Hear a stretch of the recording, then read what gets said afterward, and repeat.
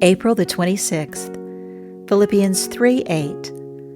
I even reckon all things as pure loss because of the priceless privilege of knowing Christ Jesus my Lord.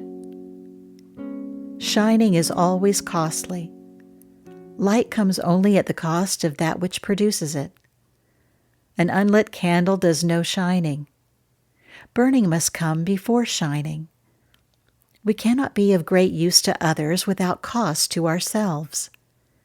Burning suggests suffering. We shrink from pain.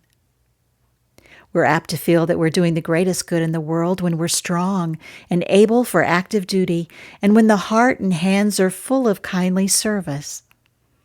When we're called aside and can only suffer, when we're sick, when we're consumed with pain, when all our activities have been dropped, we feel that we are no longer of use, that we are not doing anything. But if we're patient and submissive, it's almost certain that we're a greater blessing to the world in our time of suffering and pain than we were in the days when we thought we were doing the most of our work. We are burning now and shining because we're burning. The glory of tomorrow is rooted in the drudgery of today. Many want the glory without the cross, the shining without the burning, but crucifixion comes before coronation. Have you heard the tale of the aloe plant away in the sunny clime? By humble growth of 100 years it reaches its blooming time. And then a wondrous bud at its crown breaks into 1,000 flowers. This floral queen in its blooming scene is the pride of the tropical bowers. But the plant to the flower is sacrifice, for it blooms but once, and it dies. Have you further heard of the aloe plant that grows in the sunny clime? How every one of its 1,000 flowers as they drop in the blooming time is an infant plant that fastens its roots in the place where it falls on the ground, and as fast as they drop from the dying stem, grow lively and lovely around?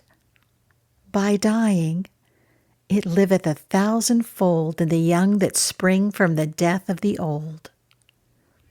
Have you heard the tale of the pelican, the Arab's Gimel el-Bar, that lives in the African solitudes where the birds that live lonely are? Have you heard how it loves its tender young and cares and toils for their good? It brings them water from mountain far and fishes the seas for their food. In famine it feeds them. What love can devise the blood of its bosom, and feeding them, dies? Have you heard this tale, the best of them all? The tale of the holy and true.